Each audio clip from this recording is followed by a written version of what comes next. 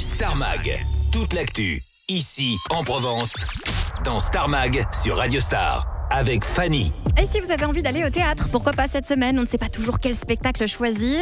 Et bien sûr, Radio Star, on vous en recommande un, c'est Quiproquo au Quai du Rire à Marseille, dès ce jeudi, mais aussi vendredi et samedi.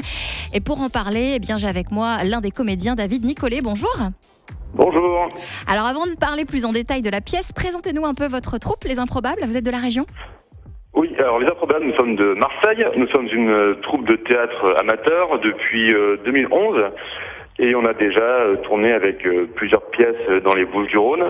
Donc essentiellement à Marseille et à Aix, mais un peu ailleurs aussi en France. Et du coup, nous sommes 13 comédiens qui, du coup, nous répartissons les rôles de chaque pièce.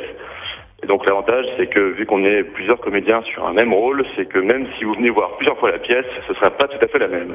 Exactement. Vous jouez votre dernière pièce au Quai du Rire cette semaine, c'est Quiproquo, une pièce encore méconnue ? Oui, tout à fait. Quiproquo, c'est une pièce qui a été écrite en 2013 par monsieur Charles-Henri Ménival. Donc c'est une pièce pour laquelle il a reçu une récompense l'année d'après. Et c'est une pièce très récente, c'est pas du vocabulaire à la Molière, c'est du vocabulaire beaucoup plus récent et beaucoup plus accessible à tous. Alors de quel genre s'agit-il ?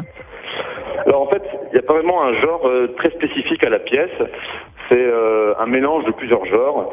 En fait, si vous voulez, c'est basé sur la rythmie du vaudeville, donc beaucoup d'entrées, de sorties, beaucoup de personnages un peu plus délirants les uns que les autres.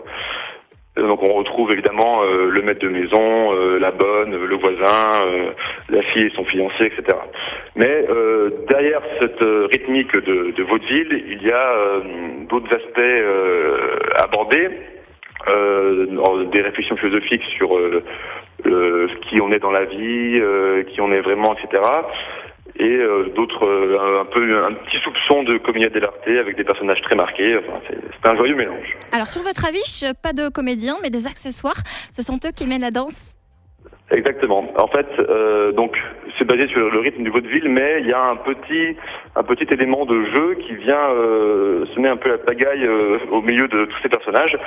C'est qu'en fait, chaque personnage est caractérisé et associé à un accessoire. Donc c'est pour ça que sur l'affiche il y a des accessoires.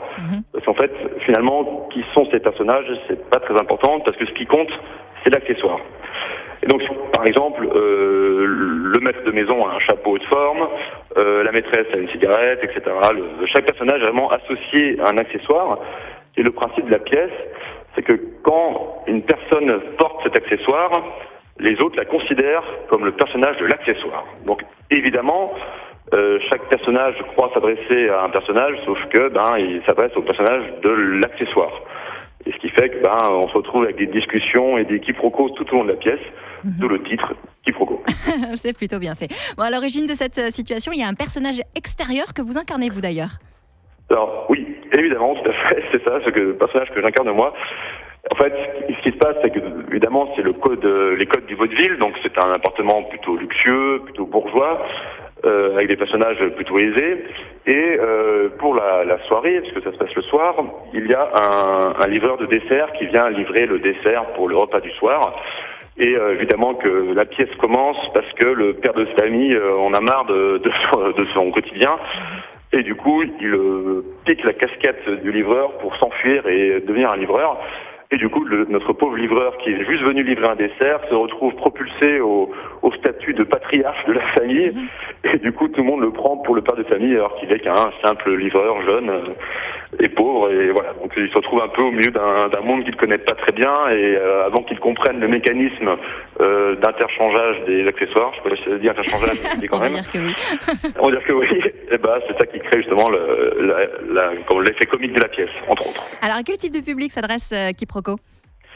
Alors, a priori à tout le monde, on va dire que, vu que c'est pas non plus très simple pour comprendre le changement d'accessoires, à partir de 10 ans, ça me semble être un âge plutôt raisonnable. Pour se concentrer, pour être attentif à la pièce. Pour être concentré sur tous les changements et les va-et-vient des personnages. Alors, il y a un message, vous en parliez tout à l'heure sur cette pièce, il y a, au-delà évidemment du rire, il y a un sujet, matière à réfléchir.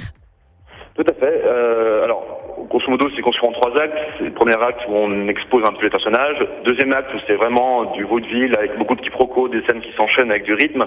Et le troisième acte, c'est l'acte un peu plus sérieux, j'ai envie de dire, qui apporte donc deux messages à mon sens. Il y a d'un côté le message sur évidemment cette dualité entre le comédien et le personnage qu'il incarne, et chose architecture qu'on transporte à nous, qui nous sommes nous réellement au fond de nous, et qui nous laissons transparaître aux autres, quelle partie de nous laissons aux autres. Il y a toute cette bivalence, et accessoirement aussi dans l'acte 3, il y a des échanges accessoires entre hommes et femmes, et donc il y a une petite satire en guillemets de la position de la femme dans la société un peu à l'ancienne, on va dire, où les hommes se retrouvent un peu victimes des femmes, les rôles changent. Alors quelles sont les réactions du public en général quand ils viennent voir Quiproquo ?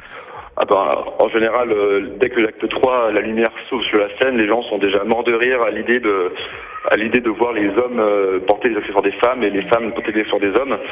Et puis même de manière générale, je veux dire, c'est une très bonne ambiance, les gens rigolent, les gens sont contents, parce que bon, évidemment, ils ont rigolé, mais on leur a laissé un petit bagage un petit peu intellectuel, j'ai envie de dire, à la fin quand même.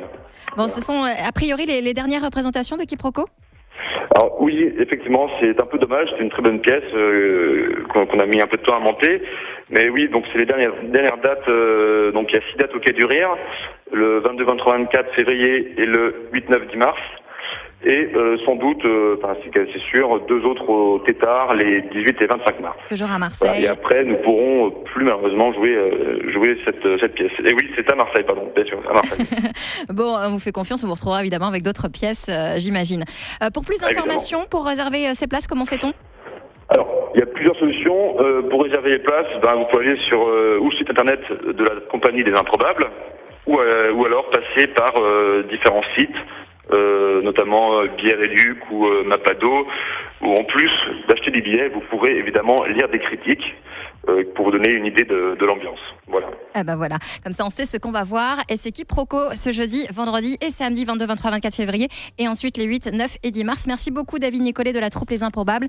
On vous retrouvera avec plaisir. Je sais déjà qu'il y a quelques personnes de Radio Star qui vont venir vous voir visiblement cette semaine. Tant mieux. Voilà. À bientôt. À bientôt, au plaisir. Au revoir, bonne journée. Star Mag sur Radio Star. 9h-13h, Star Family sur Radio Star.